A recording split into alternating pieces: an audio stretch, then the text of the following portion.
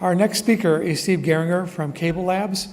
He has a very extensive resume, and he has a BS in Computer and Information Science from the University of Maryland. He worked for 12 years as an intelligence analyst for the NSA, and he worked as a telecom manager for Quest. You may remember Quest. And he's now principal security architect for Cable Labs. What I'd like to hear more about this. He's also a security working group chairperson for the Center for Medical Interoperability. That's a key hot topic right now. The notion that your medical data can be shared has to be done within the HIPAA guidelines to be able to be confidential. That's a security issue as well. So please take it away, Steve.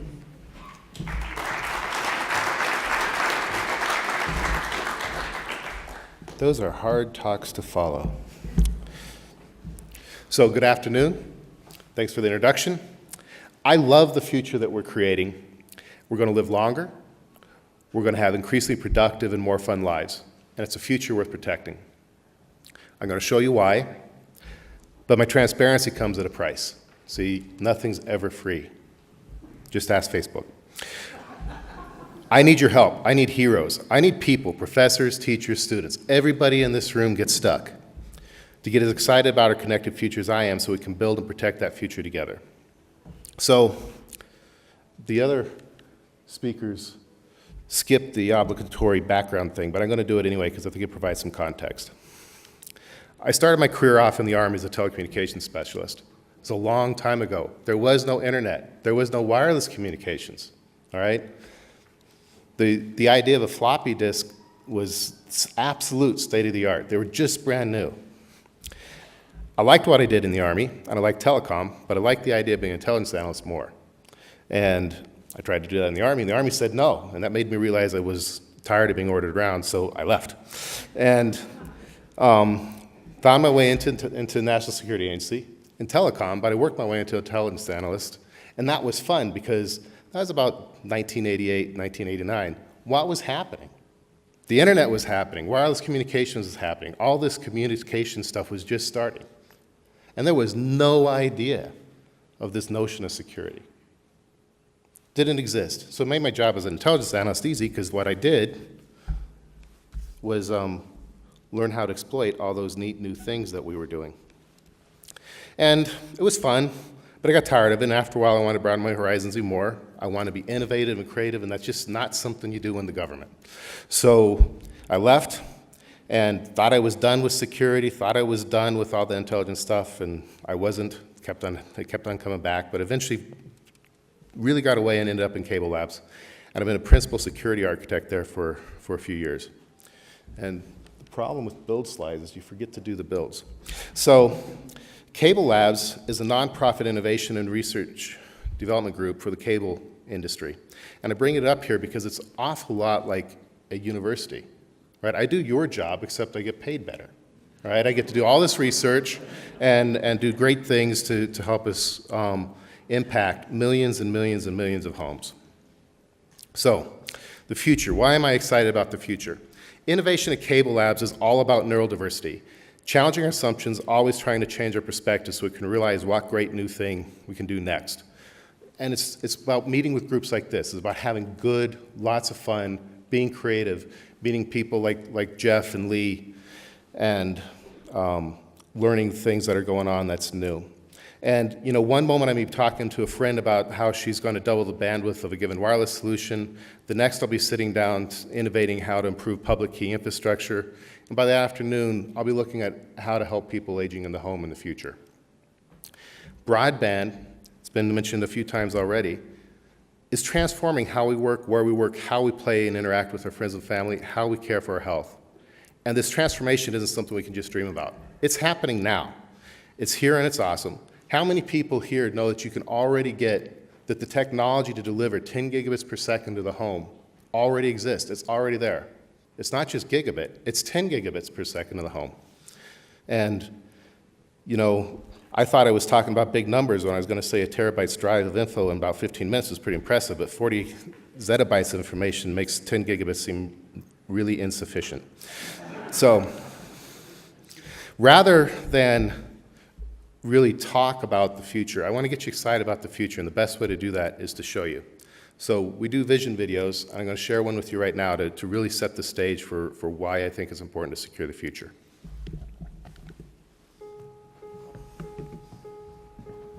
Come on, Cookie. I don't know how you're supposed to feel at 86, but I don't think I feel like I'm 86. Surprise! People make my world go round. I fear isolation and being cut off. If I am alone somewhere and I had no one to talk to, no one to share anything with, I bet you I would just dry up and blow away. I call this my smart house. We got sensors in all the rooms. I swallow them. I wear them. Doc knows what's going on with me. I don't have to go to the clinic anymore. I call him up. He's not back in the horse and buggy days. Looks like you had a pretty active week, huh? I'm feeling it too. Hey guys, how do you like your ride? Knowing I got eyes on me gives me the confidence to keep me being who I am, doing what I want to do. Frees me up, takes the worry away. I don't have to worry about Paige, my daughter. Hey, Dad. Hey kiddo, what's up? I'm just checking in. Because I know she's not worried about me. No, I'm... She's always busy, work and kids, but she can see exactly how I'm doing. I love you, Dad. That she knows how I feel before I do.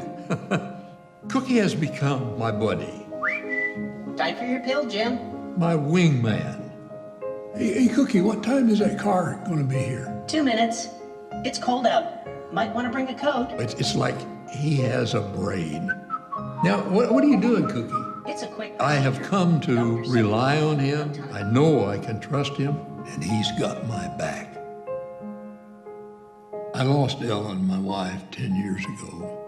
So many good times, so many memories. Losing her was really tough. If we had had for her then what we have for me now, she would have been in a much better place. I miss her so much. Here, not too long ago, I was experiencing those dizzy spells. The doctor had provided a scan for me at home, so I didn't have to go out to the clinic or anything. They have those scans for that patient. Take a look.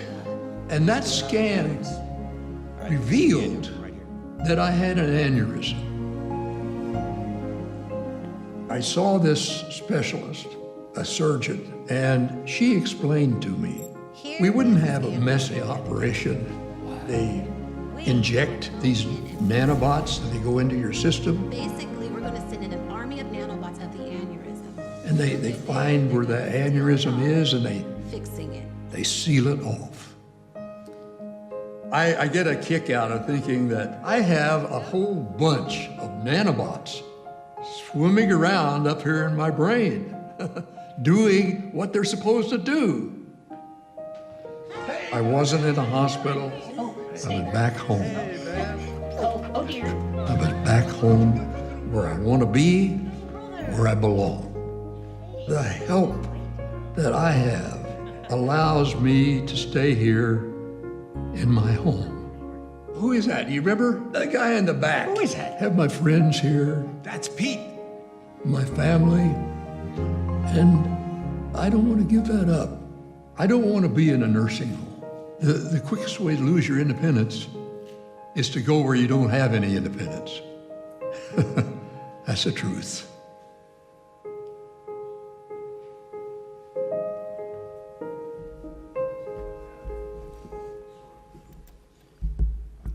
Technology really has the power to make you feel. It really matters. It has impact. How many people have seen that video for now? I know there's at least one, a few. So the actor in this video is Rance Howard, father and Ron Howard. I think he did a much better job than I could about saying why this stuff matters. I think hard about this video. I love dreaming about what can be. I'm actually an optimistic security engineer. I might be the only one you ever meet. And I like the video because it's almost science non-fiction now. It's becoming real now. There are companies with actual intellectual property and business plans for nearly every technology that was shown in that video. Those buses are real. They're being trialed in cities right now. The scanner is real. Right? These are things that broadband is making happening now. And I think that's cool. But I'm a security engineer, and this makes me ask questions about my job. I get to look at great stories like this and then ask questions that nobody wants to have asked. All right? And how many people, I'll give you an example, how many people noticed the specialist, the neurosurgeon, was able to manage Jim's nanobots remotely? People notice that? A few people? I'm going to copy something that one of the previous speakers said. We're going to access a networked army of robots in people's brains remotely. What can go wrong? All right?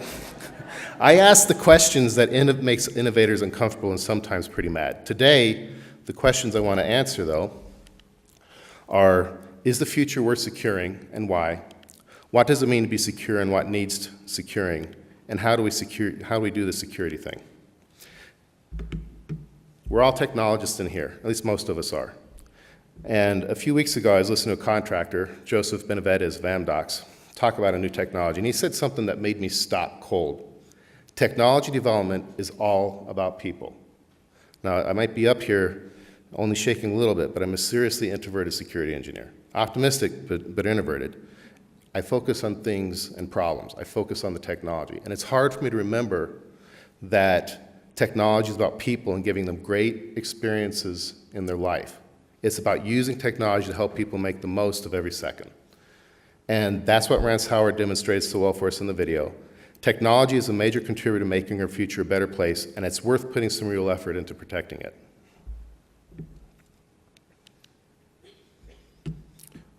Let's look at this a bit deeper.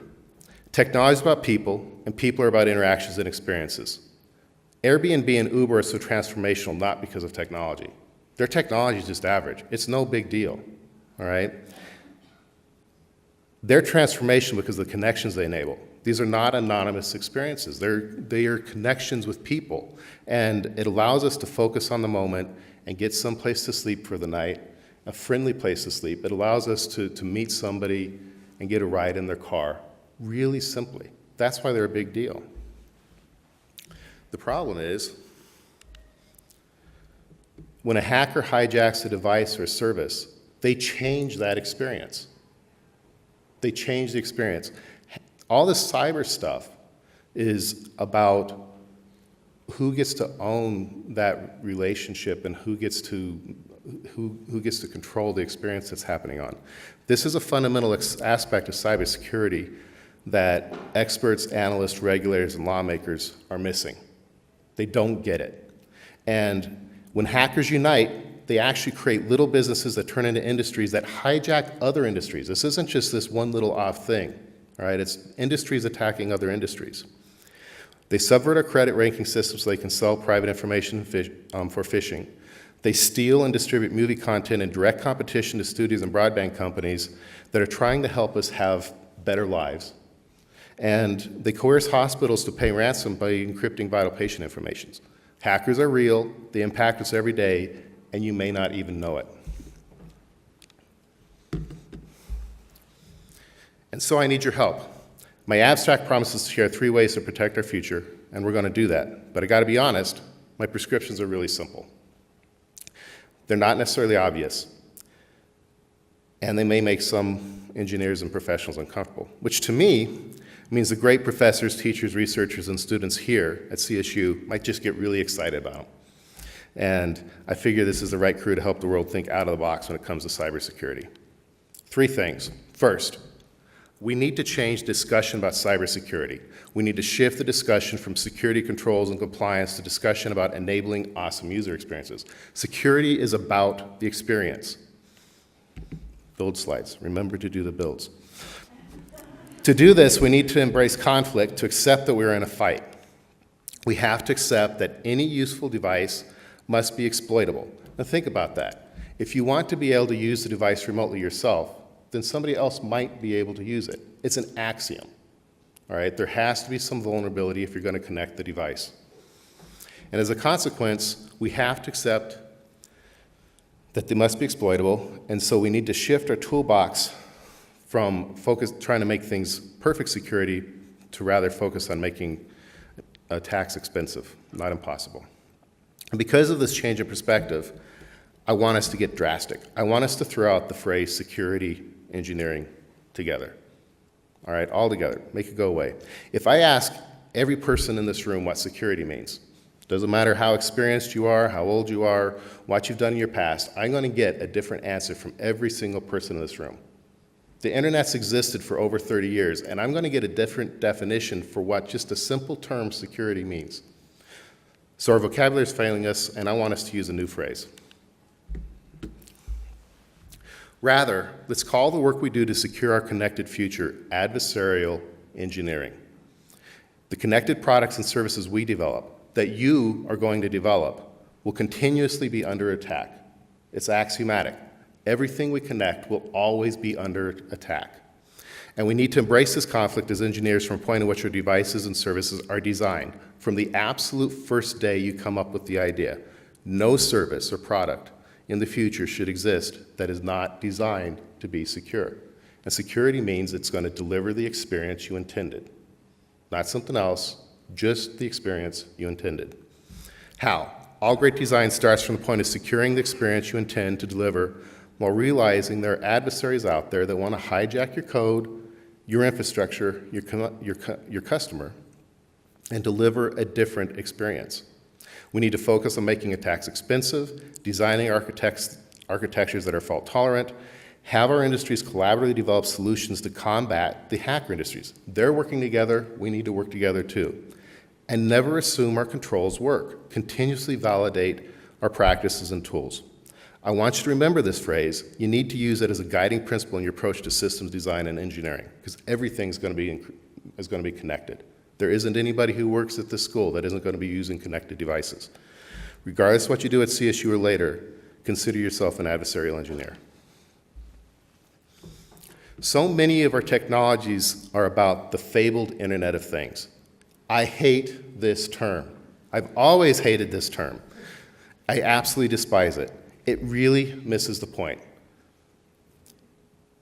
The point is Metcalfe's law. The effect of telecommunications network is proportional to the square of the number of connected users of the system. Another way to say that, the more devices that are on the network, the more valuable the network's going to be. The connected world that is going to make our future so awesome is about how are we creating so many pervasive, distributed autonomous systems using these things we call Internet of Things. It's the autonomous systems that's the thing that's making the difference. For healthcare, transportation, entertainment, it's changing how we do all these things. And it's the various manifestations of the autonomous systems that's really at the core of what will help us live longer, more productive, more fun lives. As I work on broadband and healthcare, I'm finding, however, a consistent and troubling common theme amongst many of the technologies that are out there. From Bitcoin to IoT to new models for video distribution, there's one huge missing element that makes implementing pervasive and consistent security difficult, and that's an awareness of identity. All fundamental security controls succeed or fail first based on how well they can assert identity. What's one of the first things your parents taught you? Your little person, 3 or 4 years old, first things your parents taught you, don't talk to strangers. That's what identity is about. Identity is our basis for trust. How strongly we believe in a represented identity determines how much we're willing to tell somebody and how much we're willing to trust that person. So why in machine systems do we continue to invent environments in which devices have no identity? We just expect the machines to trust every other machine we or they decide to talk to, and then expect magically that they will never be exploited by other machines. Machines lie just like people do. The openness, ladies and gentlemen, is the primary reason, this type of openness is the primary reason the internet has been so valuable, but now is also why it's so vulnerable. In the evolving cybersecurity world that all these autonomous systems creates, the consequences are now too high for that to continue to exist. Right? We're talking about environments now where the car you're driving is networked. The stuff that's tracking your health and maybe maintaining your health is networked. We need to have pervasive, strong identity. Devices are centric in these architectures, and both people and machines need to make trust determinations on on how to connect and do these things. There's a lot of science that needs to be applied to learn how to create networks of autonomous systems that do not replicate the mistakes of human social networks. There's a lot of models that say copy what we do. That's not the right model. You don't know if you can trust me. I know that you can't, but you don't know. The combination, and I want to be clear about what I mean by identity. It's the combination of a unique public identifier, so you can recognize it, a secret that's only known to that device or person, and some type of attestation that allows a cryptographic challenge of identity. Now, I've been talking about devices. People have a role here too. We need to have better ways of letting devices know who should be allowed to use them. Passwords have been used widely because they're the only thing that has worked, but they haven't worked well. We need better processes that don't rely on people and don't think biometrics, and I don't think biometrics are the right approach. Are certainly not the only approach. And I don't have time to go into that today because I know that probably develops a lot of interest from this particular audience. But suffice it to say, you can't revoke your face, you can't change your fingers, and you can't replace your eyes. All right? Once they're burned, they're burned. And if we can't protect basic password databases, why would we think the databases that hold biometrics are safe? One last thing. I think I'm actually on time, which would be amazing. There's one more huge gap. The security used in cable-based broadband systems has worked, believe it or not, really well for 20 years now. And it's relied on one domain of cryptography that entire time. Now, there's been advances, but we've relied on one thing for about 20 years. And cryptography tends to evolve on a 7-year cycle, driven largely by processes at NIST where they identify gaps, call on solutions to fill those gaps, evaluate the solutions, select the best, and then develop validation programs to ensure implementations are sufficient. That's why it takes 7 years. That's a big, long sentence. It takes almost 7 years to say it. Developing new cryptography is not the gap. We excel at developing crazy things to keep secrets, and some of them may even work. The gap is that we need architecture, systems, and protocols that can iteratively accommodate new cryptography. Think about the autonomous system terms in terms of our legacy of technology. How often do you think we're going to replace smart refrigerators, light switches, and thermostats? The average length of time for those devices in a home is 12 to 18 years. All right? A lot longer than 7 years. How old is your car right now? I bet you a lot of you have cars that are older than 7 years. Do you want to replace these things every time we need to upgrade our security? Probably not. What we need is a response to ecosystem scale needs of trust and cryptography. We need to range solutions that we apply appropriately to the risk of the performance needs of specific applications, and we need to intelligently respond to quantum computer-based cryptanalytics. So the summary. There are 3 things I want you to remember. My name's not one of them. Fight the hackers, embrace conflict. Solve the identity crisis, and develop an extensible and evolvable cryptography solution. Now, at this point, you might think, awesome, Steve seems like he's really on top of this stuff. I'm not. And this problem is way too big for one engineer or one company. So, I'm just going to leave it here with you guys. And this is the place to leave this. You already have the largest group of students interested in cybersecurity in this state. I think that's really important. And there's going to be more questions in the future. The scientists and engineers here at CSU are going to have the answers. And since you are now adversarial engineers, I hope you have some good questions for us in a little bit.